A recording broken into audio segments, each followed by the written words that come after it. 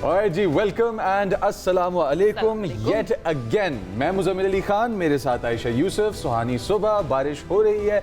इस्लामाबाद एक दफ़ा पूरी तरीके से नहा चुका है। मसला ये है कि ये मौसम गंदम की कटाई के बाद का या कुछ इलाकों में जो गंदम का है सीजन, इसके अंदर क्या इतनी बारिश और इस तरह की बारिश होनी चाहिए? बट इन चीज़ों में पढ़ने से पहले सबसे पहले मौसम की मज़ेदार खबरें हैं जो पहुंचा देते हैं अपनी आवाम तक। हम क्या कहती हैं? बहुत ज़रूरी है जनाब। और जब आपकी आंख खुले ना, पीछे से आवाज़ आ रही हो काली काली घटाओं की, बल्कि घटाओं की नहीं, बिजली के कड़कने की आपको आवाज़ आ रही हो, तो फिर एक दफ़ा तो आप उठते हैं डर के, उसके बाद आप मौसम को एंजॉय करना शुरू कर देते हैं। इसी तरह की सिचुएशन है, ये हम दिखा भी रहे हैं। इस वक्त भी बारिश जारी है इस्लामाबाद के अंदर, वफाकी दारुल हुकूमत के अंदर। और आप जानते हैं, हम जानते हैं, हम सब जो इस वक्त सुन रहे हैं इस कॉन्वर्सेशन का हिस्सा, हम सब जानते हैं कि इस्लामाबाद के अंदर जब होती है ना बारिश, तो भाई क्या ही नज़ारे होते हैं। मारगला की पहाड़ियाँ नज़र आ रही होती हैं, चारों तरफ ग्रीनरी होती है, खूबसूरत सड़कें होती हैं, और उसके ऊपर जब बारिश के छोटे छोटे कतरे आकर गिरते हैं तो ऐसा लगता है कि मिजाज की खुश्की जो है ना वो भी चली गई है और आप जरखेज महसूस कर रहे होते हैं। तो इस वक्त यही सिचुएशन है। अब हो ये रहा है कि जून में ओले भी पड़ना शुरू हो गए। आपको पता है 2 रोज़ पहले ओले भी पड़े हैं, यालाबारी भी हुई है इस्लामाबाद के अंदर। और ये सुबह सवेरे की मूसलाधार बारिश जो है ना, उसने बहुत ही अच्छा, हमारा तो मूड बहुत अच्छा कर दिया। और हम अच्छे मूड के साथ आकर जब दिन का आगाज़ करते हैं ना, तो 90% चांसेस होते हैं कि आपका पूरा दिन बहुत अच्छा गुजरेगा। अभी स्टूडियो में व्यूअर्स को बताता चलूं कि टीम में बातें हो रही थी कि एक काम करते हैं, आज हम सारे पाकिस्तान को कहते हैं कि सब जाके एंजॉय करें, हम भी जाके खाएंगे पकौड़े और समोसे। लेकिन जिसका आइडिया था, हमारी टीम मेंबर ही हैं जिनका वो आइडिया था कि पकौड़े और समोसे खाते हैं, उनको थोड़ा सा सुबह सवेरे तले हुए खानों से डिस्करेज किया गया। तो अच्छा, प्रॉब्लम ये है कि वो हमें काम पे लगा के ना खुद चले गए पकौड़े खाने के लिए, तो क्या कह सकते हैं उनको।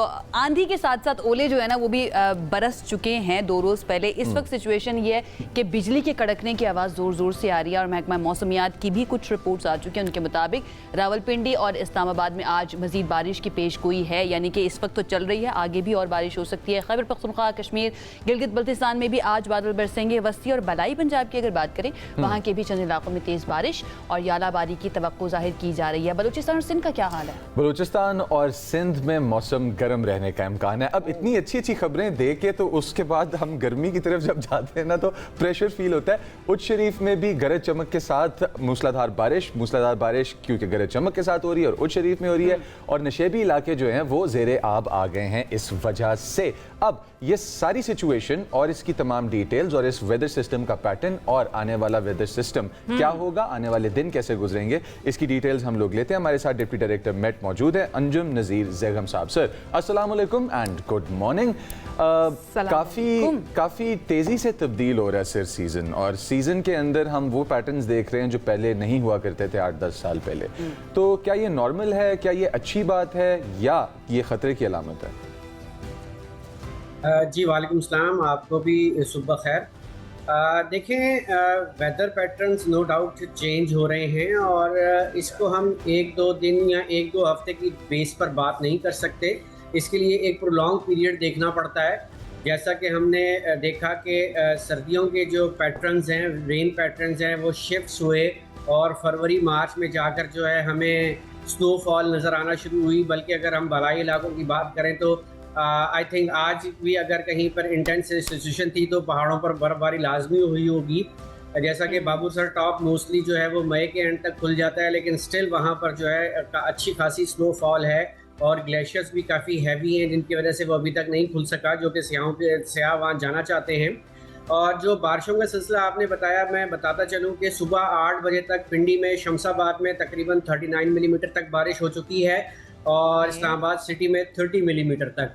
और ऑफकोर्स ये बात है कि ये सिलसिला अभी तक जारी है और ये सिलसिला वक्फे से जारी रहेगा और मज़ीद 2 रोज़ तक पोटोहार, अपर केपी, जीबी और इससे मुल्हिका इलाके, सेंट्रल पंजाब के कुछ इलाकों और सदर्न पंजाब में सिचुएशन इसी तरह रहेगी। सेंट्रल पंजाब और सदर्न पंजाब के कुछ इलाकों में आंधी के और गरज चमक के साथ बारिश के इम्कानात मौजूद रहेंगे।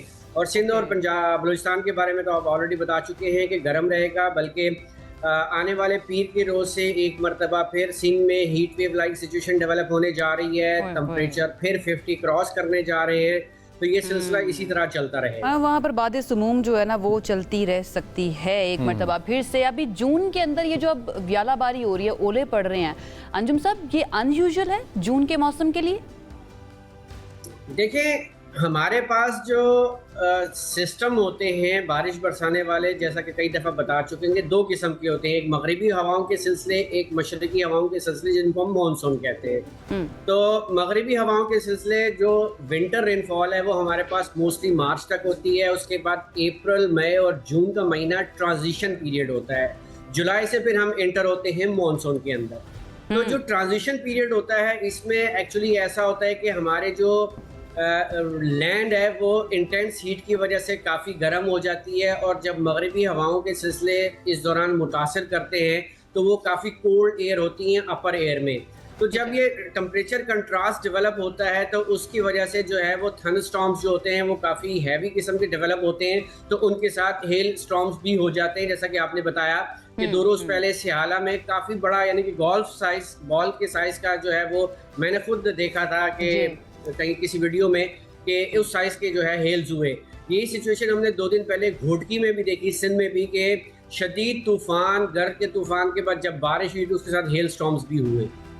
तो ये पूरे ट्रांजिशन पीरियड के अंदर हम देख सकते हैं, अब ये पूरा जून का महीना हम देख सकते हैं और भी यालाबारी हेल स्टॉर्म हो सकता है अंजुम साहब? जी बिल्कुल हो सकता है। उसकी रीज़न ये है कि स्टिल जो हमारे वेस्टर्न सिस्टम है वो कंटिन्यू मुल्क में पेनिट्रेट कर रहे हैं, और स्टिल यानी कि जून में ये थोड़ी सी आप नॉर्मलिटी इसको कह सकते हैं कि इसका जो झुकाव है वो साउथ की तरफ काफ़ी ज़्यादा है। तो अभी तक जो अगर हम मॉनसून की बात करें तो मॉनसून भी बहुत स्लो पेस में चल रहा है। स्टिल वो इंडिया में केरला तक नहीं पहुंचा, श्रीलंका तक मौजूद है, और उसकी जो फर्दर जो ऑनगोइंग प्रोसेस है वो बहुत स्लो है।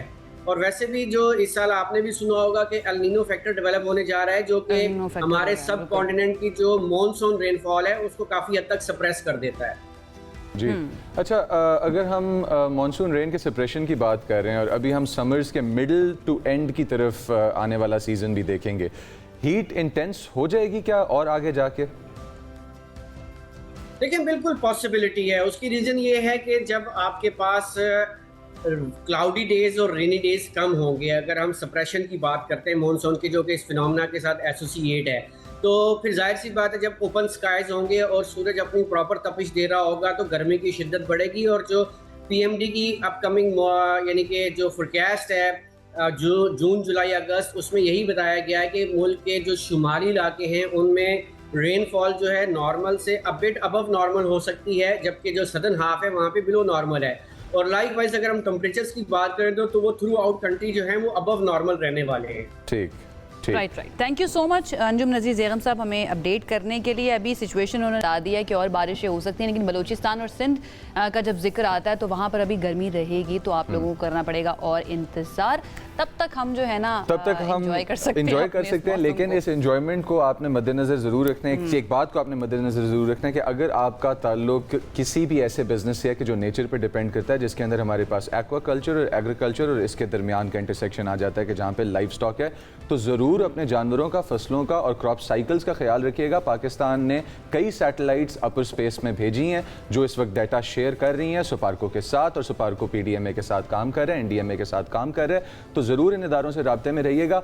राब्ते में रहने से आप अपडेटेड रह सकते हैं। और अब हम आपको अपडेट करेंगे एक ऐसी न्यूज़ के बारे में कि जो न्यूज़ हमारे सरों के ऊपर, हमारी ज़िंदगी के ऊपर आ गई और जाने का नाम नहीं ले रही। राब्ता होने के बावजूद मामलात हल होने का नाम ही नहीं ले रहे हैं। कुछ नई अपडेट्स आई हैं, आपको बता देते हैं कि मशरिक़ वस्ता मिडिल ईस्ट की सिचुएशन जो है वो एक मरतबा फिर से, वैसे तो है ही आलमी तवज्जो का मरकज़, लेकिन जब कुछ अपडेट्स एक साथ होती हैं, डेवलपमेंट्स एक साथ होती हैं, तो ज़्यादा उसके बारे में बात की जाती है। एक तरफ अमेरिका और ईरान के दरमियान मुज़ाकरात जारी हैं, तो दूसरी तरफ ये हुआ है कि इजराइल और लेबनान और ईरान से मुताल्लिक कशीदगी भी बरकरार है। वेस्टर्न मीडिया ये रिपोर्ट कर रहा है कि इजराइल और लेबनान के मुज़ाकरात हो चुके हैं सीज़ फायर के ऊपर, और उन्होंने कर दिया है सीज़ फायर। लेकिन अगर हम बात करें ट्रंप की पॉलिटिक्स की, तो वहाँ से एक अपडेट ये है कि कांग्रेस में एक रेजोल्यूशन पास की गई है, करारदाद पास की गई है ट्रंप के अगेंस्ट, और उनकी वॉर पावर्स जो है ना उनको कर्ब कर दिया गया है। और ये कहा गया है कि अब अगर अटैक करना है, जंग को फैलाना है, आगे जाना है, तो उसके लिए कांग्रेस की अप्रूवल लेनी पड़ेगी। अप्रूवल लेनी पड़ेगी, लेकिन आप देखें कि जिस तरह से डोनाल्ड ट्रंप फ्रंट फुटेड आते हैं, जिस तरह से डोनाल्ड ट्रंप चाहते हैं कि वो एक ऑर्डर दें और उस ऑर्डर के ऊपर इंप्लीमेंटेशन अगर वो उन्हें लग रहा है कि ठीक है तो सही है, और अगर नहीं तो उसी टाइम पे पुल बैक कर लें। बट जब आपने ग्लोबली डिप्लॉय करना होता है आर्मीज को, और एक आर्मांडा, जिस तरह से उन्होंने वर्ड यूज किया कि एक आर्मांडा इज हेडेड टुवर्ड्स ईरान, तो आप उस चीज़ को कर्ब नहीं कर सकते। उसका इकोनॉमिक इम्पैक्ट भी होगा, millions and trillions of dollars लगते हैं इस तरह के कामों के अंदर। इन चीज़ों से तंग आके अमेरिकन लेजिस्लेटर्स ने और लॉ मेकर्स ने ये करारदाद पास की है कि फौजी ताकत इस्तेमाल करने पर भी पाबंदी और उसकी जो लिमिटेशंस है उनको और ज़्यादा टाइट कर दिया जाएगा। अमेरिकी अफवाज की वापसी का मुतालबा भी इसमें शामिल कर दिया गया, जबकि 4 रिपब्लिकन अरकान भी इसकी हिमायत करें। जी, ये बहुत इंपॉर्टेंट है कि रिपब्लिकन्स जो हैं, जिनके प्रेसिडेंट हैं सर ट्रंप, वो रिपब्लिकन पार्टी से ताल्लुक रखते हैं। उनकी अपनी पार्टी के लोग कह रहे हैं कि भाई बस कर दें, इनको इतनी ज़्यादा पावर नहीं देनी चाहिए, इनको पावर देकर देखिए इन्होंने अटैक कर दिया, वेनेजुएला के सदर को उठा लेते हैं कभी और कभी ईरान के ऊपर अटैक कर देते हैं। हमारे साथ इस वक्त मौजूद हैं माहीन मुस्तफ़ा साहिबा, अमरीकी सहाफ़ी हैं और बहुत अच्छा एनालिसिस करती हैं इस तरह की सिचुएशन के ऊपर, स्पेशली जहाँ पर ईरान और अमेरिका की बात आ जाए तो उनको वेलकम करेंगे। अस्सलाम वालेकुम माहीन, कैसी हैं आप? वालेकुम अस्सलाम आयशा यूसुफ एंड मुज़म्मिल खान, बिल्कुल ठीक ठाक। आई होप आप लोग भी जबरदस्त। बारिशें बहुत हो रही हैं इस्लामाबाद में, मैंने सुना। बिल्कुल बेहतरीन। अच्छा, अगेन स्टार्ट यहीं से करते हैं कि what does it mean for president Trump, उनकी वॉर पावर्स जो है ना उनको कर्ब कर दिया जाए, उनको उनसे पावर्स को ले लिया जाए। इस वक्त क्या चल रहा है व्हाइट हाउस के अंदर या ट्रंप एडमिनिस्ट्रेशन के अंदर? जी, आज की जो खबर है ये वाशिंगटन को काफी शॉक में डाल दी गई है, because the house of representatives जो है they're controlled by Trump's Republican Party, जिस तरह आपने मेंशन किया था, राइट? तो अब उन्होंने इस तरह की एक हियरिंग या रूलिंग पास की है 215 to 208, जिसमें 4 रिपब्लिकन्स मौजूद हैं उन्हीं के पार्टी के। they've crossed the aisle on the other side and they've said that hey, you can't forget us when you're deciding or going to war or continuing the war, you need permission from us as well, we have a say too. अब हमें ये पता है ये 3 मर्तबा हो चुका है और 3 मर्तबा फेल हो चुका है, लेकिन अब जो है it's finally at a place where Trump cannot ignore this. हमें पता है अब नेक्स्ट स्टेप्स क्या हैं, ये सेनेट को जाएगा, सेनेट क्या करेगा, स्टॉलिंग टैक्टिक्स जो रिपब्लिकन्स की मशहूर हैं वही होंगी। अगर ये पास हो भी जाता है तो ट्रंप इसको इजीली वीटो कर सकते हैं, लेकिन in a way it's a very strong message that's been given to Trump that देखें आपके अपने पार्टी के जो लोग हैं they are going kind of against you and this is no more about US and Iran anymore. As we've seen, Kuwait is involved as well. It's become like a Middle Eastern crisis that is so expensive and there's no end. 90 days से ज़्यादा जो legal deadline है उससे ज़्यादा बढ़ गई है ये war. And मैं ये भी mention करना चाहूँगी that 50,000 US troops are currently in the Middle East, which is 10,000 troops more than usual footprint. 3 American missiles. Maheen, I'm sorry I'm interrupting you here, but एक क्वेश्चन है जो यहाँ पे एड्रेस करना बहुत ज़रूरी है, और वो क्वेश्चन ये है कि जो internal structure of the state है, यूनाइटेड स्टेट्स ऑफ अमेरिका का जो internal structure of the state है, उसके अंदर एक single person, the president of United States of America, कितनी पावर रखते हैं अपनी सीट में, और उस पावर की एग्जीक्यूशन की जो लिबर्टी है उनके पास वो कितनी है। बिकॉज अगर ये सिंगल सीट ओवरशैडो करती है तो आपके काफ़ी सारे प्रोसेसेस हैं कि जो उनको एड्रेस करना तो नल एंड वॉइड हो जाता है, या उन प्रोसेसेस का उस जगह में होना भी जवाज़ पैदा नहीं होता, क्योंकि अगर ये तमाम चीज़ें एक प्रेसिडेंट ने डिसाइड कर लेनी है और एक प्रेसिडेंट ने with stroke of a pen फैसला करना है कि कितने हज़ार की डिप्लॉयमेंट कहाँ पे होगी ट्रूप्स की, doesn't this cause a little bit of confusion regarding the understanding of what United States of America is globally? जी, तो under the war powers resolution जो था 1973 का, इसके बारे में मैंने पूरी एक एपिसोड अमेरिकन साइड में भी किया है, you guys should definitely check it out and your audience as well. कि Congress alone does not Congress, not president alone, has constitutional authority to declare a war, right? और at the core, अब जैसे मैंने कहा कि ये डिबेट जो है ईरान और यूएस के बीच में नहीं है, it's about presidential कहते हैं ना is reach, like what are the boundaries through which it can remain, because we know Trump is known to push his boundaries to the limit, right? Beyond the limit at times, that get into that constitutional blurriness, right? तो ये भी बात जरूरी है कहना। दूसरा है कि ट्रम्प जो है एक तरफ कह रहे हैं कि नेगोशिएशंस प्रोग्रेस कर रही हैं, दूसरी तरफ एस्केलेशन भी बढ़ रही है। तो देखना ये है कि will diplomacy overpower the military escalation that's going on. क्योंकि in a way it's mixed messages, right? Like in one way you're saying कि हो रही है और फिर दूसरी तरफ ईरान कह रहे हैं कि there is really no breakthrough that's happening, although Trump is saying that there's been progress that's getting made. So that's another thing I think it's worth considering. But it's अच्छा a really good question. I think क्या president Trump ने, उनका second term है ये, उन्होंने क्या इतनी boundaries को पुश कर दिया है, इतनी ज़्यादा लिमिट को पुश कर दिया है कि जो प्रेसिडेंशियल सिस्टम है पूरा, क्योंकि डायरेक्टली अमेरिकन सिटीजन जो हैं वो अपने प्रेसिडेंट को इलेक्ट करते हैं इलेक्टोरल कॉलेज के थ्रू, कि उस सिस्टम को तब्दील करने के बारे में सोचा जा सके, वन, एंड सेकंड ये कि ये जो कांग्रेस की तरफ से रेजोल्यूशन मंजूर की गई है, इसको अगर हम मिड टर्म के तनाजुर में देखें तो उसकी कितनी इंपॉर्टेंस और कितना अफेक्ट कर सकती है ये रेजोल्यूशन मिड टर्म को, चाहे सिंबॉलिक हो। जी आयशा, बहुत बहुत आपने बहुत अच्छे पॉइंट्स जो हैं वो रेज किए हैं। Let me start by saying this, you know, कि America pride itself in a democratic process that were made by the founders that had checks and balances, you know, कि कोई एक legislative branch या judiciary branch या executive branch जो है एक दूसरे को overpower नहीं कर सकती, because there's a sense of accountability that's been set by the law and it's been structured as such, right? I think यहाँ पे when it comes to the war, right, एक कहना चाहिए, एक tricky point भी ये है कि चीफ ऑफ आर्मी स्टाफ जैसे पाकिस्तान में कहते हैं ना, वो वाली जो हैट है वो भी प्रेसिडेंट की है, right? And he has the authority to, I think someone saying something, let me just pause. हम आपको सुन रहे हैं, please continue. So they have that authority of declaring a war and also going on with the war, and also doing what Trump very much did, that he did not go through Congress by doing that, right? So there are lots of loopholes that we are now seeing since Trump's first and second, term. What were the loopholes that were there, that were set by the founders? I mean, it really is going in the history books as so many unprecedented things that happened in Trump's first and his second term. अच्छा, अगर हम system को evaluate करें थोड़ा सा, कि इस system के ऊपर जो objections United States of America के अंदर से आ रही हैं अब, पावर की डिवीजन, पावर का ओवरलैप, या फिर जिस तरह से आपने कहा कि चीफ ऑफ डिफेंस फोर्सेस की या फील्ड मार्शल की जो पाकिस्तान के अंदर हैट है, यूनाइटेड स्टेट्स ऑफ अमेरिका में president shares that hat, right?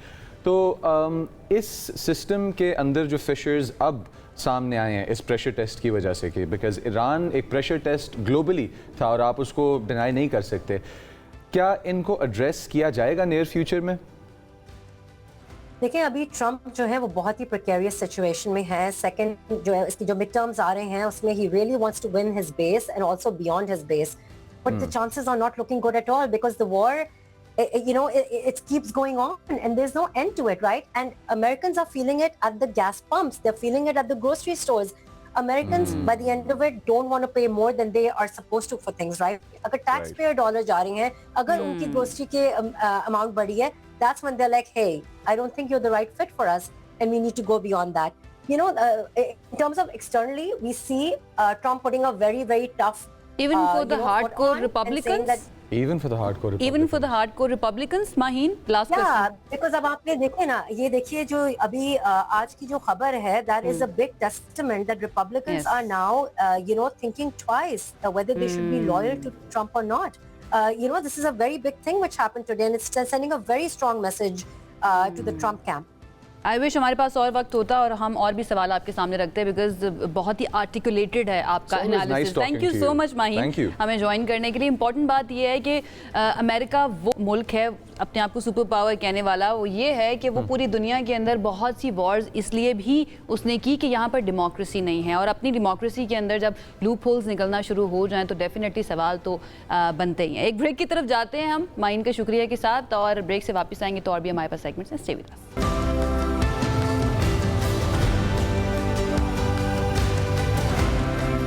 Alright जी, welcome back and the focus, जैसे इस शो का और इस शो के हर सेगमेंट का, आपकी लाइफ, हमारी लाइफ, दुनिया का state, and at the same time कुछ एंटरटेनमेंट और कुछ इन्फॉर्मेशन का न्यूज़ के साथ होता है मिक्स। तो इस सारी चीज़ के सेंटर पे क्या आता है?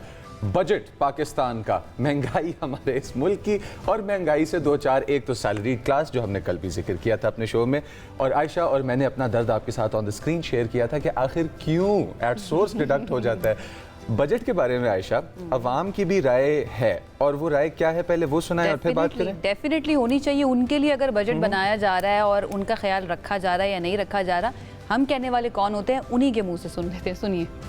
फोकस होना चाहिए वो एजुकेशन और हेल्थ होनी चाहिए, और बजट में ये दोनों जो शोबे हैं वो सबसे ज़्यादा मुतासिर भी होते हैं क्योंकि उनको इतना बजट नहीं मिल पाता। बजट जो पेश करते हैं ये हमारे गरीबों के लिए नहीं है, ये अमीरों के लिए पेश करते हैं। वक्त के साथ जो बजट के अंदर महंगाई हो रही है, पेट्रोल की कीमतें बढ़ रही हैं, तो ज़ाहिर सी बात है जो ग्रेजुएश है उनका भी आपको पता है कीमतें बढ़ रही हैं। पहले जो ग्रॉसरी यहाँ से वीकली जो फ्रूट्स एंड वेजिटेबल्स हम लोग 5000 में ले लेते थे, अब वही जो है वो 10,000 तक चले गए हैं। हमारी रेगुलर यूटिलिटीज़ हैं, इनको सस्ता करना चाहिए। सबसे बढ़ के पेट्रोल सस्ता करेंगे तो सब चीज़ें सस्ती होंगी। बजट से क्या एक्सपेक्टेशंस है, वो तो हर साल ही महंगाई बढ़ती है, हर साल बढ़ती है। कभी हुआ हो कि कोई चीज़ सस्ती हो गई हो? रोज़मर्रा की चीज़ें हैं जो इंसान के डेली यूज़ करने के अंदर आई जाती हैं, उनके ऊपर कमी की जाए। बिजली के जो रेट्स हैं, जो स्लैब्स के ऊपर इन्होंने रेट बढ़ाए हैं। फ्यूल की जो कीमतें हैं उनको कम करना चाहिए। फ्यूल लेवी है उसको कम करना चाहिए ताकि प्राइसेस कम हो जाए, जिसकी वजह से ट्रांसपोर्टेशन चार्जेस कम हो, उनका जो अफेक्ट पड़ता है इन्फ्लेशन पे वो कम हो जाए।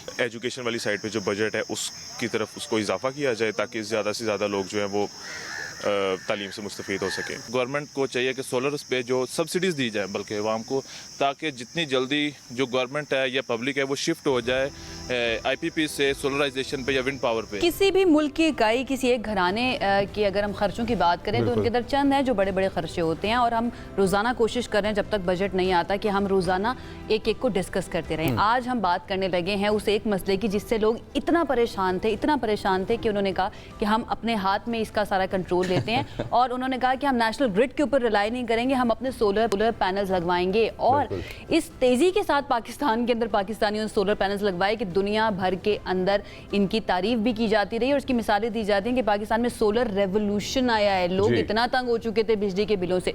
अब हुआ ये कि जब पहले गवर्नमेंट कहती रही कि जनाब आपको जाना चाहिए सोलर पैनल्स के ऊपर, उसके लिए हमें नज़र आया कि नेट मीटरिंग की सहूलत दी गई, उसके बाद सब्सिडीज़ दी गई और जो ड्यूटीज़ थी वो कम की गई ताकि आसानी से इंपोर्ट किया जा सके।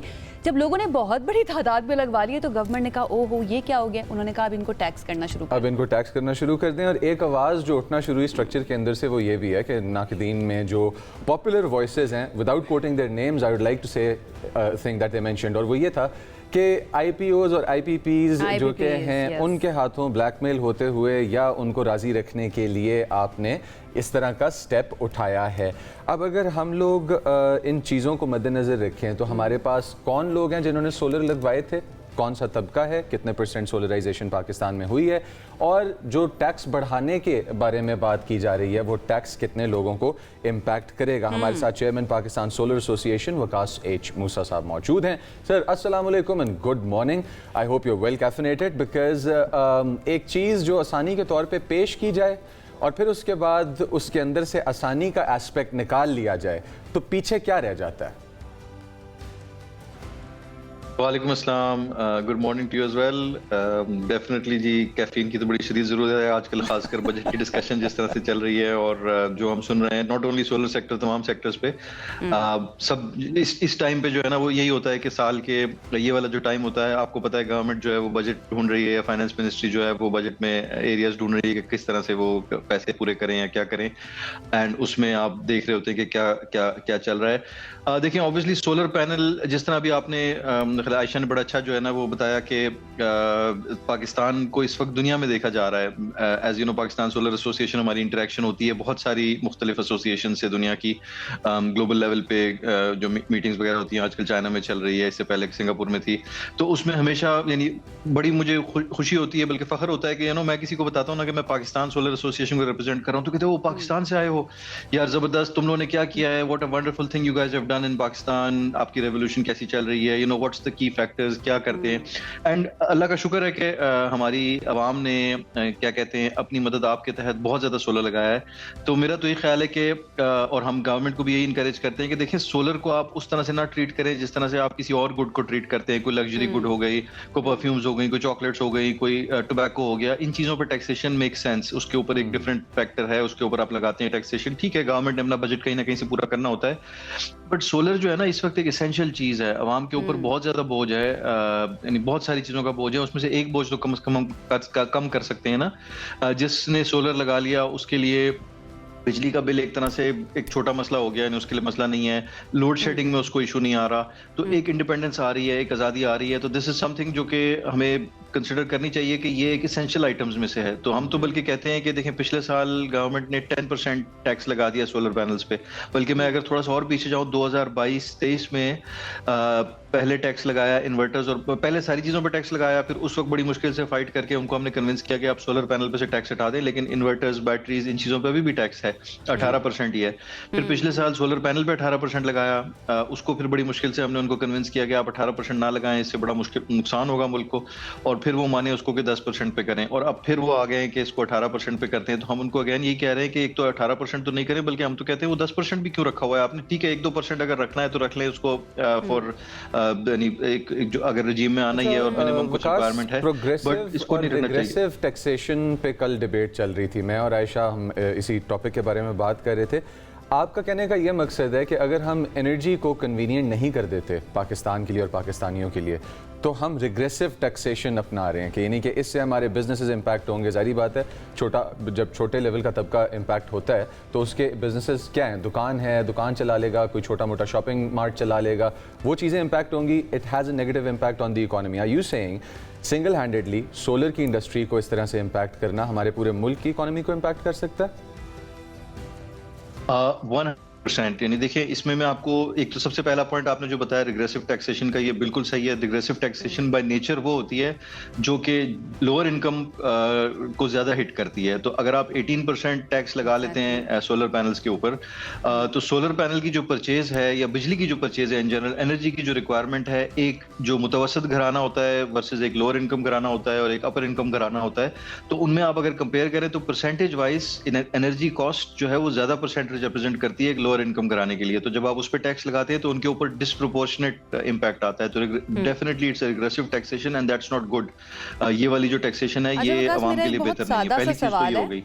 मेरा एक सादा सा सवाल है, वो ले लीजिएगा। वो ये कि आप जब एक आम आदमी से जिसने अपने घर में बिजली के बिलों से तंग आकर लगवा लिया सोलर, कि भाई अल्लाह ताला का सूरज है, वहाँ से हमें धूप फ्री में मिलेगी, मैं अपने पैसे खर्च करके इन्वेस्ट करके सोलर लगवा रहा हूँ, उसके ऊपर गवर्नमेंट का इस तरह से टैक्स लगा देना, एंड देन इतनी बड़ी तादाद में लोगों ने लगवाए हैं ये सोलर पैनल्स, आपको लगता है कि ये डिस्करेज करेगा लोगों को अब रिन्यूएबल एनर्जी के रिसोर्सेज की तरफ जाने से?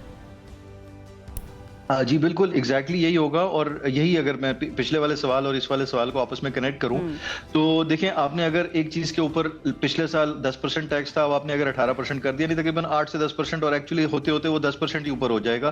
तो एक चीज जो पहले लेट से आपने सोलर पैनल खरीदने थे अपने सोलर सिस्टम के लिए 3 लाख रुपए के, तो अब वो 3 लाख रुपए के बजाय आपको 3,30,000 के हो जाएंगे, 10% बढ़ गया, यानी 30,000 आपके एक्स्ट्रा होंगे।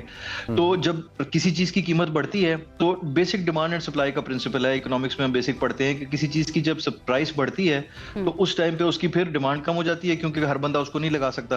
तो हो सकता है कुछ लोग जो है 90% 80% लोग शायद लगा भी लें, लेकिन 10% या 15 या 20% लोग ऐसे होंगे जो कहेंगे यार अब ये 30,000 एक्स्ट्रा जो ये मैं नहीं दे सकता, मेरे पास इसका बजट नहीं है, तो मैं फिर सोलर नहीं लगाता, मैं देखूंगा अगले साल शायद लगा लूं, या हो सकता है मैं ना लगाऊं, गुजारा कर लूंगा किसी ये भी है वकास, डेफिनेटली डिमांड करेगी कि गवर्नमेंट जो है, पहले आपने आईपीपीज के साथ मुआहदे किए और आपकी लैक ऑफ फोरसाइट की वजह से उसका खमियाजा अब आम आवाम को भुगतना पड़ा है। उससे उन्होंने जान छुड़ा के कहा हम सोलर की तरफ चले जाते हैं, लेकिन वो आज़ादी भी रास नहीं आई गवर्नमेंट को। उन्होंने कहा कि आप आज़ाद क्या कर रहे हैं, वापस आ जाए इस जंगल के अंदर।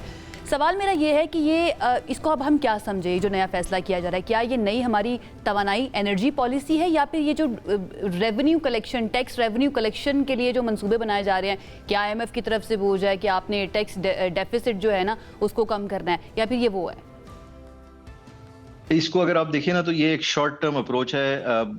हम अभी कैलकुलेशन कर रहे थे कि तकरीबन ये जो एक्स्ट्रा टैक्स लगाएंगे ना उससे तकरीबन 25 से 30 अरब का फायदा हो जाएगा FBR को, या जो भी गवर्नमेंट की टैक्स कलेक्शन की मशीनरी है उसको 25 से 30 अरब रुपए का एक्स्ट्रा रेवेन्यू मिल जाएगा ये सोलर पैनल पे एक्स्ट्रा टैक्स लगाने के लिए की वजह से। अच्छा, इसके बदले हमें नुकसान क्या होगा? नुकसान हमें ये होगा कि देखें, जब जो शख्स जो हम बात कर रहे थे कि अगर 10% लोगों ने सोलर कम लगाया, तो उन 10% लोगों ने अगर सोलर नहीं लगाया तो फिर उन्होंने वापस उसी निजाम में जाना पड़ेगा जिसमें वो जकड़े हुए हैं, यानी उन्होंने बिजली उसी निजाम से खरीदनी पड़ेगी जिसमें कोयला गैस, तेल, इन चीजों से बिजली बनाई जाती है। अब ये कोयला, गैस और तेल ये हम कहाँ से लेके आते हैं? ये हम अपने पाकिस्तान में तो पैदा नहीं करते, ये भी हम बाहर से लेके आते हैं, इस पे भी हम इंपोर्ट करते हैं। और ये एक साल की बात नहीं है। एक शख्स ने अगर सोलर लगाया तो अगले 10 साल तक जो है सोलर की एनर्जी इस्तेमाल करता है, और अगले 10-15 साल बल्कि 20 साल तक जो है, लेकिन मैं अगर उसको सिर्फ 10 साल भी काउंट करूं तो इसका मतलब ये है कि आज के 25 अरब बचाने के लिए हमने अगले 5-10 साल में 5 गुना यानी 25 अरब टाइम्स 5 यानी 125 अरब का नुकसान करना है उस तेल और उस गैस और उस कोयले की मद में जो कि हमने बाहर से मंगवाना है। एक पॉइंट मैं ऐड कर लूं, आपने बड़ी अच्छी बात किया है। ये जो कोयला और तेल वगैरह की, कोयले से बिजली बनाने का अमल जो है दुनिया में अब उसको डिस्करेज किया जा रहा है कि उससे नहीं बनानी चाहिए, रिन्यूएबल सोर्सेज की तरफ जाना चाहिए, और अब हम अभी भी उसी चीज़ के ऊपर पड़े हुए हैं। लास्ट कमेंट 10 सेकंड्स के अंदर कंक्लूड कर दीजिएगा, then will go on a break. Waqas ji बस, तो इसमें यही मेरा पॉइंट है कि देखें 25 अरब आज बचाने के लिए आप एक जेब में 25 अरब डालेंगे और उसी साल दूसरी जेब में से तकरीबन उसके आधे पैसे उसी साल दे देंगे, और अगले 5 साल तक उस जेब में से आप, या अगले 10 साल तक उस जेब में से आप पैसे देते रहेंगे। तो ये हम गवर्नमेंट को ये समझा रहे हैं कि ये लॉजिकल फैसला नहीं है, ये शॉर्ट टर्म प्रेशर। देखें IMF का प्रेशर है, बट हम एक्सपेक्ट करते हैं कि हमारी फाइनेंस मिनिस्ट्री IMF को ये समझा सकती है, या उनको समझाना चाहिए कि भाई ये आज का मसला है, इसको हल, इसकी वजह से हम लॉन्ग टर्म मसला नहीं लेना चाहते। And I think this is what we need to think about कि लॉन्ग टर्म में क्या चीज फैसला जो है ना वो 2 साल की बात करूं, बिल्कुल उसका खमियाजा आवाम को नहीं भुगतना चाहिए। मैं सिर्फ ये कहना चाहूंगी, ये मेरी, क्योंकि हमारी भी अर्ज है ना, हम भी मुतासिर हो रहे होते हैं इससे। बहुत शुक्रिया Waqas, thank you so much, आपने अच्छे तरीके से एक्सप्लेन कर दिया सारी सिचुएशन को। चाइना और यूरोप वो ममालिक हैं, या यूरोप के पूरे की अगर हम बात करें, जहाँ पर इस तरह के रिसोर्सेज के ऊपर जाने के लिए ना सब्सिडीज दी जाती हैं, लोगों को इनकरेज किया जाता है। यहाँ पर लोग खुद अपनी मदद आपके तहत गए हैं तो उनको अब टैक्स किया जा रहा है ना। कुछ चीज़ें ऐसी हैं जो समझ में वाकई नहीं आती हैं। एक ब्रेक की तरफ जाते हैं, स्टे विद अस। ब्रेक के बाद आपको खुशामदीद कहते हैं। 2 रोज़ के बाद मेला लगने जा रहा है, हम कह सकते हैं कि बहुत बड़ा ये मेला होगा, इंतखाबी मेला गिलगित बल्तिस्तान के अंदर, जहां की अपडेट्स जो हमारे तक पहुंची हैं वो आपको बता देते हैं कि PTI और इत्तेहादी जमातों के दरमियान क्या हो रहा है। PTI विफाक के अंदर तो इत्तेहादी जमातों के साथ मौजूद है, उनके साथ इत्तेहाद किया हुआ है और एक मुश्तरका अपोजिशन बनाई हुई है, लेकिन when it comes to Gilgit Baltistan तो बहुत से उम्मीदवार जो हैं ना, उनके ऊपर अभी भी डेडलॉक ख़त्म नहीं हो सका। इत्तलात ये हैं कि PTI क़यादत ने सबसे पहले पश्तूनख्वा मिली अवामी पार्टी जो कि PK मैप है, उसके निशान पर लड़ने के लिए महमूद अचकज़ई से रब्ता किया था और इस सिलसिले में नाकामी देखनी पड़ी। उसके बाद मुत्तहिदा मजलिस अमल के साथ भी उनका इत्तेहाद नहीं हो पाया इंतखाबात के लिए। अच्छा, हमारे पास PTI की तरफ से जो शिकवा पहले उठाया गया वो ये उठाया गया कि लेवल प्लेइंग फील्ड नहीं मिल पा रही। दूसरी दफ़ा जो हमारे पास शिकवा आया वो ये आया कि हम लोगों को यहाँ पे कैंपेन नहीं करने दी जा रही, और फिर उसके बाद जो शिकवा आया वो ये आया कि अब इत्तेहाद के अंदर भी शामिल नहीं किया जा रहा। इसको आप शिकवा समझें या आप इसको कैंपेनिंग की या स्ट्रैटेजी की वीकनेस समझें। दूसरी जानिब अवामी एक्शन कमेटी के मुतालबात के मुताबिक, जो अवामी एक्शन कमेटी जो है उसके मुताबिक जो इशू सामने आ रहा है वो ये आ रहा है कि नशिस्तें थी 16 के, जिन 16 नशिस्तों के ऊपर इनको कहा गया अपोजिशन पार्टी की तरफ से कि आप आ जाएं और आप आके यहाँ पे हमारे साथ गवर्नमेंट बनाएं या इन सीटों के ऊपर आप हमारे साथ आके खेलें, लेकिन उस खेल से भी इनको अग्री नहीं करने का मौका मिला और उसमें से भी ये बाहर हो चुके। अच्छा, अगर हम इस इशू को देखें और PTI को देखें तो आपको नहीं लगता कि once the most popular party in Pakistan is now in shambles? अच्छा, बहुत सारे लोग कहते हैं कि अभी भी द मोस्ट पॉपुलर पार्टी है, बट इंतखाबाती फैसला करेंगे। हमारे साथ इस वक्त मौजूद हैं सेनेटर हुमायूं मेमन साहब, पाकिस्तान तहरीक इंसाफ के सीनियर रहनुमा भी हैं। उनकी तरफ चलते हैं और उन्हीं से जान लेते हैं कि PTI का इस वक्त मसला चल क्या रहा है गिलगित बल्तिस्तान के अंदर। मेमन साहब, थैंक यू सो मच हमें ज्वाइन करने के लिए। सबसे पहला सवाल अगेन इंतखाबात से मुताल्लिक कि ये जो PTI ने गिलगित बल्तिस्तान के लिए जिन जिन जमातों से रब्ता किया था वो कौन सी थी? क्या PK मैप और MWM ही थी, और मुज़ाकरात नाकाम क्यों हुए? बिस्मिल्लाहिर्रहमानिर्रहीम। देखिए, मुझे इसके डिटेल्स का नहीं पता कि किन किन के साथ हुए हैं मुज़ाकरात का, लेकिन उसमें बेसिकली वहाँ पे अगर आप गिलगित बल्तिस्तान के अगर आप वो देखें तो उसमें नॉर्मली गिलगित बल्तिस्तान और जो आज़ाद कश्मीर है ये हमेशा जो भी फेडरल में जो जमातें होती है उनके साथ जाती है। वहाँ पे अगर देखा जाए तो वहाँ पे सिर्फ 2 पॉलिटिकल पार्टीज हैं, पीपल्स पार्टी है और PMLN है, और यही दोनों की वहाँ पे प्रेजेंस है। लेकिन एक्चुअली जो सबसे मकबूल तरीन पार्टी है और जो सबसे ज़्यादा वहाँ पे अगर आप देखा जाए ग्राउंड पे जिस तरह पूरे पाकिस्तान में, वो पाकिस्तान तहरीक इंसाफ है। हमें किसी के साथ इल्हाक करने की ऐसा ज़रूरत नहीं है। हम सिंगल हैंडेडली इन दोनों पॉलिटिकल पार्टीज़ को हरा सकते हैं। हाँ, अब चूंकि उनको भी इस बात का इल्म है कि हम लोग उनको हरा सकते हैं, हमने सिर्फ एक वो किया था MWM के साथ कि वो निशान के लिहाज से था। अच्छा, दरमियान में हमारा ये था कि एक और पॉलिटिकल पार्टी के साथ हम लोग किया था, वो democratic front of Jammu Gilgit Baltistan democratic front, उसके साथ जब हमने किया था उसमें ये था कि हमें वो एक निशान मिल जाए। सिंगल हैंडेडली हरा सकते हैं, और ग्राउंड रियलिटी जिस तरह से आप बता रहे हैं होगी इसी तरह, अवाम में पॉपुलैरिटी भी ज़रूर होगी। लेकिन जहाँ से खबरें आ रही हैं, क्या महमूद खान अचकज़ई की जमात के साथ मिलकर उनके इंतखाबी निशान पे इलेक्शन लड़ने की जो ये तजवीज़ थी, क्या ये वाकई ज़ेर गौर थी, और इस पर इत्तेफाक अगर नहीं हो सका तो क्यों? मुझे उसके डिटेल नहीं पता, चूंकि मैं उसमें नहीं हूँ कि इत्तेफाक हुआ नहीं हुआ, किस लिहाज से हुआ। कोई देखिए, बात चीज़ें पॉलिटिकल नेचर की होती हैं, उसमें आपने बात चीज़ों को वे करना होता है, उसके डिपेंड करता है कि भाई किस लिहाज से क्या है।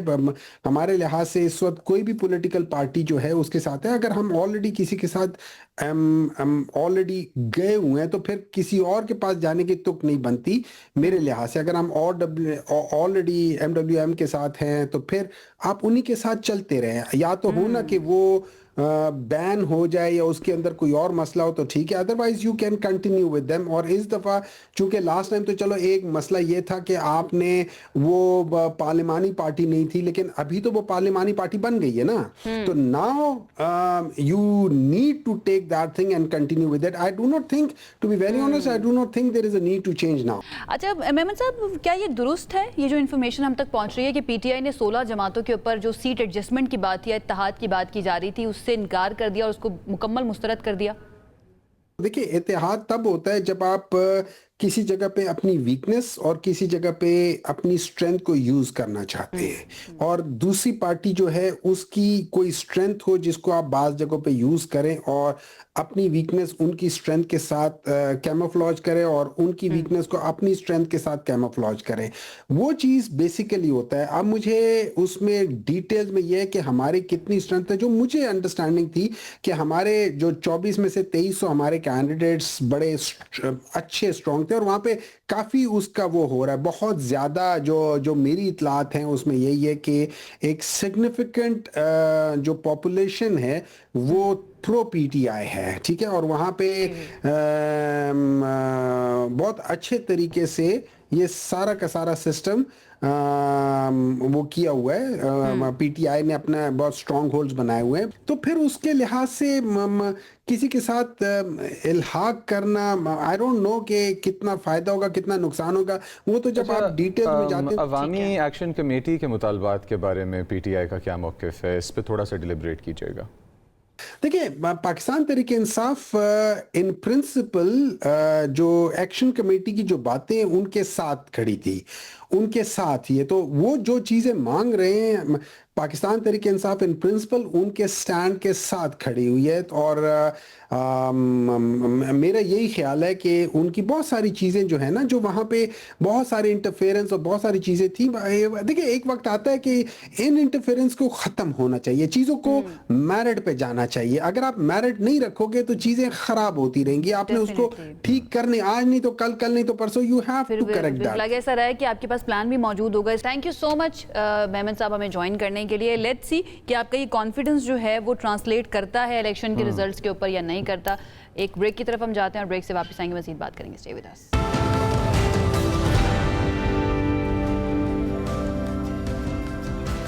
हाय जी, welcome back. And as important as it can be, एक फैसला, और वो फैसला प्रेसिडेंट सेट कर रहा है, बहुत अच्छा प्रेसिडेंट है, लेकिन at the same time debate भी होनी चाहिए इस तरह के मामलात पे। और आज हमारे पास जो गेस्ट मौजूद हैं उनके साथ ऐसे सेंसिटिव मामलात पे हमेशा बहुत अच्छी और बहुत प्यारी बहस होती है। लाहौर हाई कोर्ट का एक अहम फैसला, दूरस असरात का हामिल। अब नान नफ़का एक ऐसा इशू है जो सीरियस इशू है। वालिदैन के दरमियान में जब सेपरेशन हो जाती है तो बच्चों की जिम्मेदारी, एक तरफ अगर माँ खिदमत कर रही है, उनको पाल रही है, अपनी ज़िंदगी का टाइम, एनर्जी, एफर्ट, स्लीप, हर चीज़ सैक्रिफाइस करके फिज़िकली उनको वो नर्चरिंग एनवायरनमेंट प्रोवाइड कर रही है, तो उसका फाइनेंशियल एस्पेक्ट भी होना चाहिए कि जिसको कवर किया जाए। जजमेंट ये है कि कोई भी बाप किसी प्राइवेट मुआहदे के तहत, यानी कि आउट ऑफ कोर्ट आपने आपस में एक दूसरे के साथ कोई निजी मुआहदा तय कर लिया है, उसके ज़रिए अपने आप को नान नफ़के से आज़ाद नहीं करा सकता, बरी ज़िम्मा नहीं करा सकता कि आपने अपनी वाइफ जैसे सेपरेशन लिया, आप उनके साथ कहें कि जी ये मुआहदा हो गया, मैंने 50 लाख रुपए आपको दे दिए, इसके बाद बाकी की सारी ज़िंदगी या बच्चों के बालिग होते तक मैं आपको 1 रुपया और नहीं दूंगा। ये चीज़ कैंसल, बंद, बहुत अच्छी चीज़ है, लेकिन इसके ऊपर बहुत सारे सवालात भी हैं जो उठाए जा सकते हैं।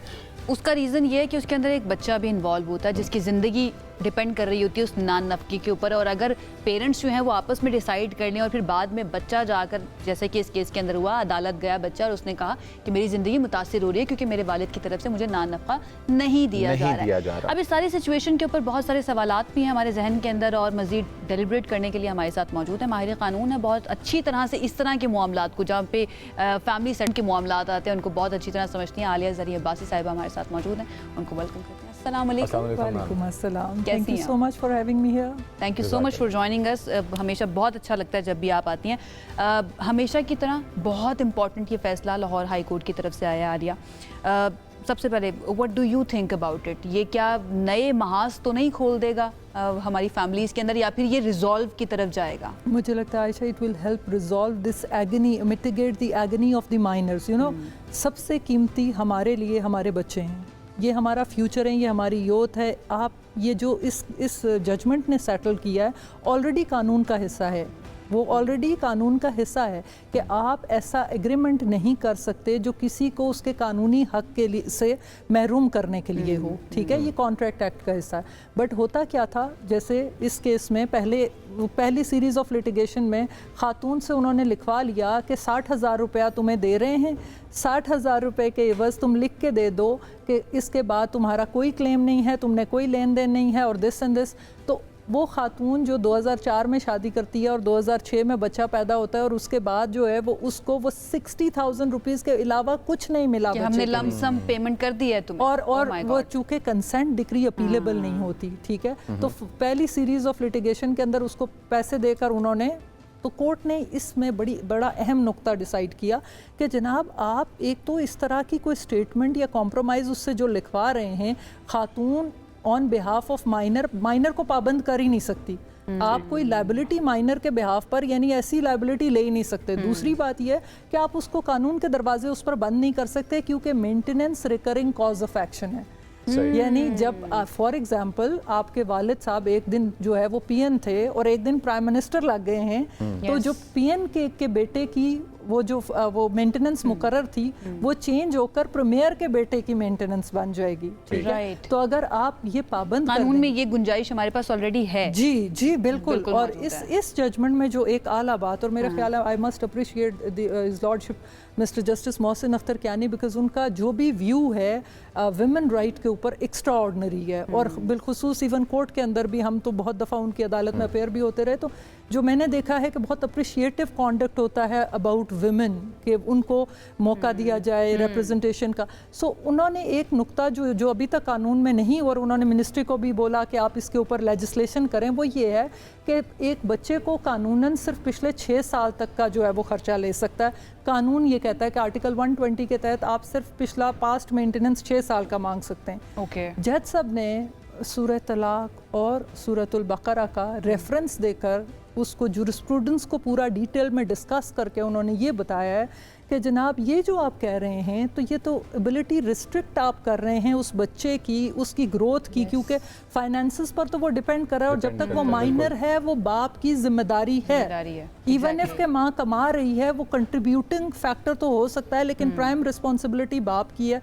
तो वो जस्टिफिकेशंस इस्लामिक कोर्ट्स देकर उन्होंने और वो डिफ़ाइन किया, और डिफ़ाइन करने के साथ उन्होंने मिनिस्ट्री को कहा है कि लेजिस्लेशन का इसको हिस्सा बनाएं कि ये पिछले 6 साल की नहीं, वो फॉरएवर, फॉर एग्जांपल कोई 12 साल की मेंटेनेंस बाप ने नहीं पे की और बच्चा आप क्लेम करता है तो वो ले सकता है। अच्छा, इसमें ना आयशा एक और चीज़ अब्दुल्ला आप लोगों ने समझनी है कि टेक्निकलिटीज़ वैसे भी जो फैमिली सेटअप है या फैमिली लॉ है उसका हिस्सा नहीं है। उसमें से उन्होंने इरेडिकेट करके 2016 में सुप्रीम कोर्ट का जजमेंट आया था, जिसमें उन्होंने कहा कि आप ये टेक्निकल मैटर, फॉर एग्जांपल ये आप कोई 2-4 दिन अगर लिमिटेशन का हो गया या इस तरह की चीज़ों का आप फॉरगो करें।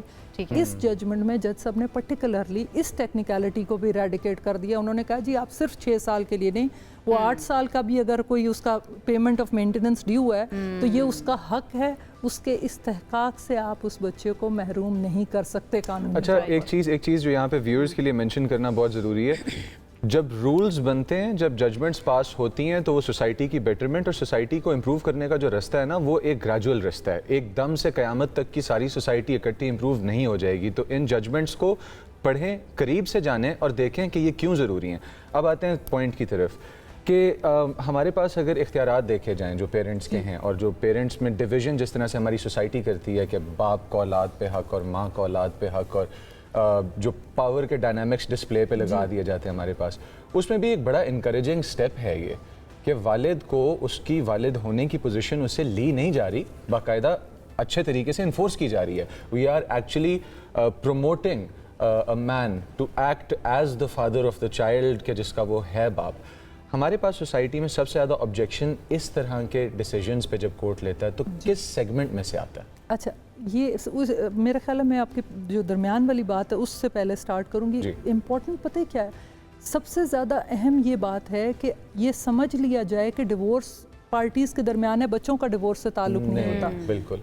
कोर्ट्स हमारी बहुत सारे जजेस वो बड़ा काइंडली एक्ट करते हैं जब दोनों पार्टीज़ आ जाएं। और मुझे याद है पेशावर में एक केस के अंदर जज साहब ने बुला के बच्चे को साथ बिठा लिया और उसको समझा रहे हैं और उसको प्यार से, और दोनों को बहुत प्यार से, बहुत एहतराम से दोनों पार्टीज़ को कि देखो तुम दोनों का गुस्सा या रिवेंज अपनी जगह पर। Sometimes very unfortunately women also do exceed. It's not about, हम हमेशा कहते हैं ना आदमी गलत कर, in revenge women keep teaching the children about the hatred, और वो जो खुद ट्रॉमा में से गुजरी होती हैं, अनफॉर्चुनेटली वो होता ही है कि वो फिर रिफ्लेक्ट करता है। ये कनेक्टिंग जजमेंट है जिसमें वो बाप के साथ उनकी एक एफर्ट ये है कि आप मेंटेनेंस पे करें और एज ऑफ राइट आप अपने बच्चे से मिलते रहें। आप जाहिर है खर्च जब आप दे रहे होंगे तो आप बच्चे के स्कूलिंग के अंदर, पेरेंट टीचर मीटिंग के अंदर, ये कनेक्शन देखिए दुनिया है ना, अगर आप इस कनेक्शन से आहिस्ता आहिस्ता तो उस बच्चे से आप दूर हो जाएंगे और फ्यूचर वो है, आपने रहना है या नहीं रहना, फ्यूचर वो है।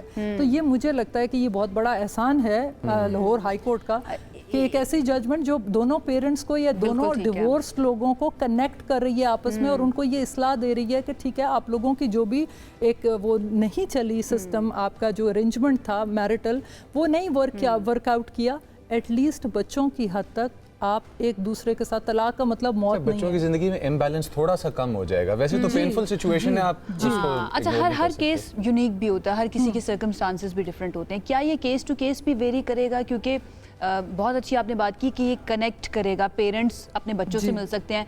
बहुत जगहों पे हमें नज़र आता है कि बाप जो है अब्यूजिव होता है, ठीक है, माँ नहीं चाहती कि अपने वो बच्चे मिले।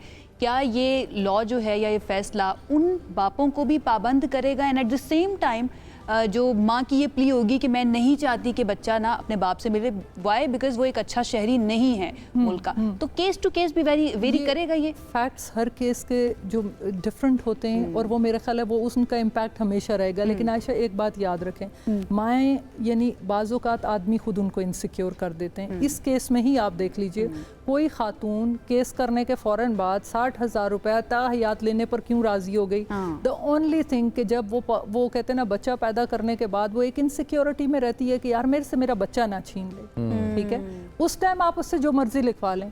बाद में जब वो रैशनल होकर सोचती है तो कहती है मैंने क्या किया, लेकिन आप टेक्निकली कहते हैं कि नहीं जी ये तो रेस जुडिकाटा है, वल्नरेबिलिटी को एक्सप्लॉइट कर लिया ना उस वक्त। जी, आप अगर उस इनसिक्योरिटी के टाइम पर आप उसको उसकी उस सिचुएशन को एक्सप्लॉइट कर पाए और एक्सप्लॉइट करके आपने उससे लिखवा लिया, तो कानून अब एटलीस्ट इस चीज़ को एक्नॉलेज करता है कि ये बाइंडिंग नहीं है। अगर ये सिविल केस होता तो ये बाइंडिंग होता और वो दोबारा रिक्लेम नहीं कर सकती, क्योंकि ये हम इसको प्रिंसिपल ऑफ रेस जुडिकाटा कहते हैं कानून की जुबान में। लेकिन चूंकि फैमिली मैटर है और फैमिली मैटर के पेक्यूलियर सर्कमस्टांसेस थे, लिहाजा जो है वो ये एप्लीकेबिलिटी नहीं होगी। राइट, बिल्कुल ठीक है। थैंक यू आलिया हमें ज्वाइन करने के लिए और एक्सप्लेन करने के लिए हमारे सामने कि इस तरह के केसेस का इम्पैक्ट क्या हो सकता है। इसी के साथ वक्त हुआ जाता है एक शॉर्ट ब्रेक का, साथ रहिएगा। This segment is brought to you by AKD Securities Limited. जी वेलकम बैक। मनी मैटर्स में आपको खुशामदीद कहते हैं। बजट बहुत करीब आता जा रहा है तो ज़्यादातर आपको ना नंबर्स इस सेगमेंट के अंदर और हमारे शो के अंदर ज़्यादा देखने को मिलेंगे, क्योंकि बहुत इंपॉर्टेंट है कि उनको भी सही तरह से मैनेज किया जाए।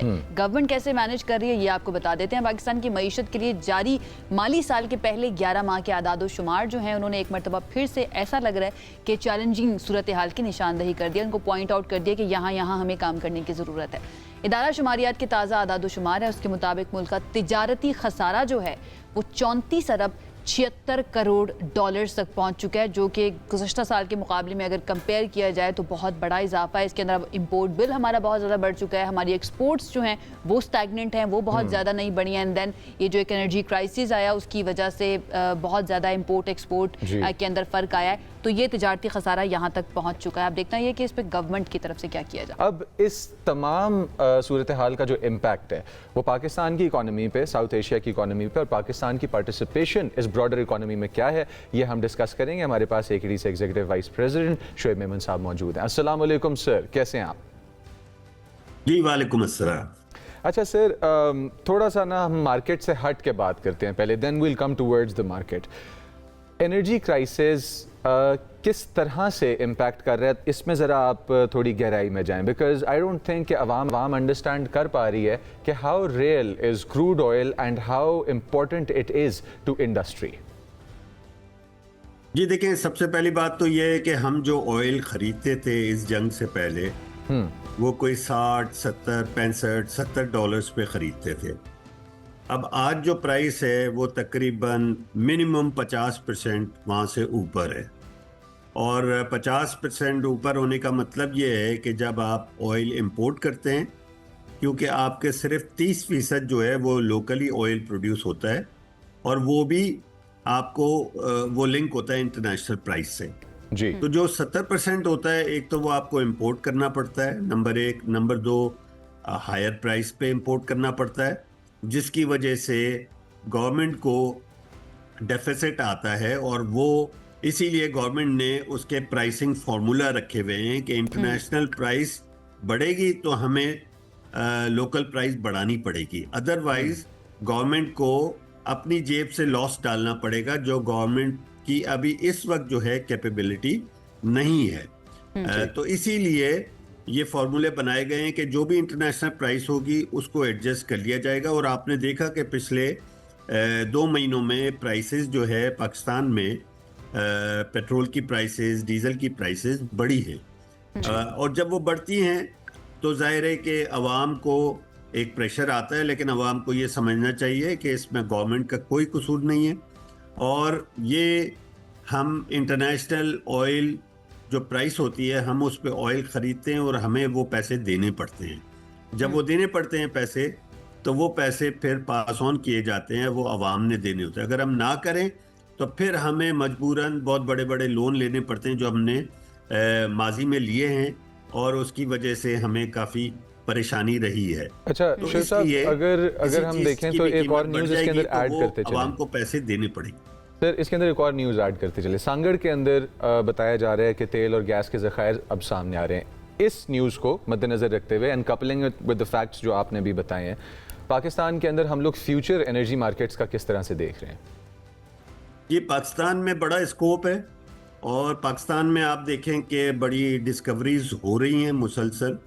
आप देखें कि बन्नू में काफ़ी डिस्कवरीज हुई हैं। पाकिस्तान में तकरीबन 1 आउट ऑफ 3 जो वेल्स जो है एक्सप्लोर किए जाते हैं, वहाँ पे एक्सट्रैक्शन जो है वो कामयाब होती है। तो पाकिस्तान में काफ़ी अच्छा स्कोप है और कुछ बड़ी डिस्कवरीज हुई हैं, लेकिन मेरा ये ख्याल है कि अगर इसके ऊपर प्रॉपरली काम किया जाए तो हम जो इंपोर्ट के ऊपर हम रिलाई कर रहे हैं वो काफ़ी हद तक कम हो सकता है। मिसाल के तौर पे अभी हम 30% के करीब अपनी रिक्वायरमेंट का लोकल कंपनीज जो है वो हमें ऑयल बेचती हैं। अगर हम प्रोडक्शन अपनी बढ़ा दें गैस की, आप देखें गैस हमें इंपोर्ट करनी पड़ रही थी कतर से, तो अगर तो ये गैस और ऑयल हम अपना प्रोड्यूस कर लें तो हमें वो बिल नहीं देना पड़ेगा डॉलर्स में जो हम कई सालों से पे कर रहे हैं। और जबकि डिस्कवरीज के काफ़ी अच्छे चांसेस हैं पाकिस्तान में, तो पाकिस्तान को ये चाहिए कि इस तरफ बहुत ज़्यादा जो है फोकस करे और कोशिश करे कि किसी तरीके से यहाँ से डिस्कवरीज बढ़े, जो कि आप देख रहे हैं, आप खबर सुनते हैं सांगड़ की, फिर कुछ अरसे में कोई और खबर आ जाती है, तो मुसलसल डिस्कवरीज हो। तो उम्मीद है कि कोई बड़ी डिस्कवरीज फ्यूचर में होंगी और that would change the game for Pakistan, क्योंकि पाकिस्तान को इंपोर्ट पे काफी डॉलर्स खर्च करने पड़ते हैं। एक और चीज भी शुएब साहब देखी जाती है कि बरामदात एक्सपोर्ट्स बढ़ाना बहुत ज़्यादा ज़रूरी है, और नंबर्स ये बता रहे हैं कि कोई खातिर ख्वाह इजाफा हुआ नहीं है ओवर द ईयर्स पाकिस्तान की एक्सपोर्ट्स के अंदर।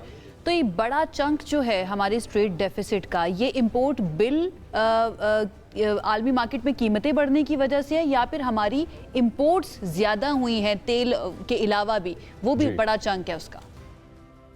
जी, तेल के अलावा भी हुई हैं, और लेकिन रिसेंटली लास्ट 2-2.5 साल में गवर्नमेंट ने अच्छा खासा कंट्रोल किया है और इंपोर्ट्स जो है एक लेवल से ज़्यादा नहीं बढ़ी है। हाँ, इसमें जो कंसर्न है वो ये है कि हमारी एक्सपोर्ट्स जो बढ़नी चाहिए थी, वो हमारी एक्सपोर्ट्स इतनी नहीं बढ़ी हैं, वो बढ़नी चाहिए। उसके लिए बाकायदा एक थिंक टैंक बैठे, जो कि बैठे भी हैं, लेकिन ये है कि और बड़े टॉप बिजनेसमैन को जो 20-25 मुल्क के हैं उनको बिठा के उनको टारगेट्स दिए जाएं कि आप इंडस्ट्रीज जो है जो सिर्फ एक्सपोर्ट करें, और स्पेशली वो एक्सपोर्ट्स करें जो कि लोकल रॉ मटेरियल हो, और उसको लोकल रॉ मटेरियल को यूज़ करके जो प्रोडक्ट्स बनाएं और जिनको हम बाहर बेचें, उसमें बड़ा अच्छा वैल्यू एडिशन होता है, और वो काम किया जाए।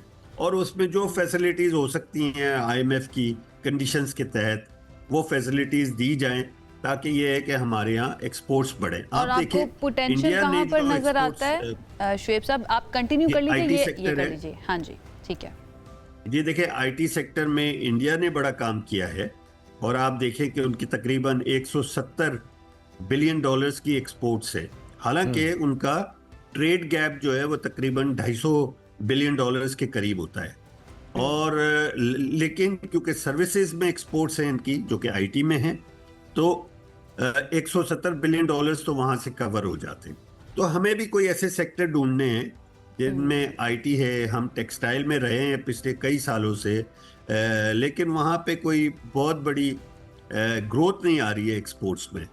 तो हमें मजीद सेक्टर्स भी देखने चाहिए, ताकि ये है कि हम अपनी एक्सपोर्ट्स को इम्प्रूव करें और हम कॉम्पीट कर सकें रीजनल मार्केट्स में। और रीजनल मार्केट्स में जो भी आप देखें कि कौन सी प्रोडक्ट्स ज़्यादा बिक रही हैं, उसमें पाकिस्तान को जाना चाहिए, जिसमें कोई एडवांटेज भी हो, ताकि ये है कि पाकिस्तान की एक्सपोर्ट्स जो है वो बेहतर हो। राइट, थैंक यू शुएब साहब, आपने टाइम निकाला। जाते जाते ये बताते जाइएगा कि मेरी तरह का बंदा अगर आज इन्वेस्ट करना चाहता है तो अच्छे ऑप्शंस क्या हैं, मार्केट की इंक्लिनेशन किस तरफ है, और फिर हम सेगमेंट एंड करते हैं। जी बिल्कुल, आप देखें, मैंने हमेशा यही कहा है कि आप अपनी जो भी इन्वेस्टमेंट्स हैं उनको आप डिस्ट्रीब्यूट करें। आप फिक्स्ड इनकम में भी जाएं, आप गोल्ड एंड सिल्वर में भी जाएं, आप रियल एस्टेट में भी जाएं, और आप इक्विटीज में भी जाएं, और उसको वक्त के साथ साथ अपनी परसेंटेज जो वेटेज है उसको चेंज करते हैं। तो अगर आप इक्विटीज में जाना चाहते हैं, अपनी एक परसेंटेज जो इक्विटीज में रखना चाहते हैं, तो आप देखें कि काफ़ी बैंक्स जो है वो बेहतर हैं और डिविडेंड यील्ड भी बेहतर दे रहे हैं, जिनमें MCB है, हबीब बैंक है, बैंक अल हबीब है, बैंक अल फलाह है, एलाइड बैंक है। इनकी यील्ड्स जो है 9 से 10% के करीब है। और आप उनके अलावा पाकिस्तान ऑयल फील्ड है जो 12 से 14% की डिविडेंड यील्ड है साल की, उसको देख सकते हैं आप। फौजी फर्टिलाइज़र है तकरीबन 9%, और एंग्रो फर्टिलाइज़र है, ये तकरीबन 9%, 10% के करीब डिविडेंड यील्ड आ रही है इनकी। तो आप ऐसे स्टॉक्स में इन्वेस्ट करें जिसमें इंडस मोटर है जो कि 10% डिविडेंड यील्ड दे रहा है। हालांकि उसका कंपटीशन जो है गाड़ियों में काफ़ी ज़्यादा हो रहा है, लेकिन हमने देखा है कि उन्हें प्रॉब्लम है। चाइनीज़ गाड़ियाँ काफ़ी आई हैं, लेकिन उनकी सेल्स जो है वो मेंटेन कर रहे हैं अभी तक। तो उस हिसाब से आप जो है ऐसे स्टॉक्स जिनकी डिविडेंड्स भी बेहतर हों, 10% के करीब हों, 9% के करीब हों, और जिनमें ग्रोथ भी हो, आप उन स्टॉक्स में इन्वेस्ट करें, ताकि ये है कि आपको साल के आपको ये डिविडेंड रिटर्न भी आता रहे। और अगर इकोनॉमी ग्रो करती है, कंपनीज ग्रो करती हैं, तो उनको कैपिटल गेन भी हो। Thank you sir, thank you for taking your time out and let's hope कि पाकिस्तान जिस डायरेक्शन में जब पाकिस्तान इसी डायरेक्शन में बेहतरी के साथ और ज़्यादा स्पीड के साथ चलता रहे। आपकी इन्वेस्टमेंट्स भी पब्लिक के लिए मैसेज है, ग्रो करे, दुआ भी है हमारी ये। और इसी के साथ शो को करते हैं ख़त्म। आज के लिए इतना ही। मैं मुज़म्मिल अली खान, मेरे साथ आयशा यूसुफ और अल्लाह हाफिज़। This segment is brought to you by AKD Securities Limited.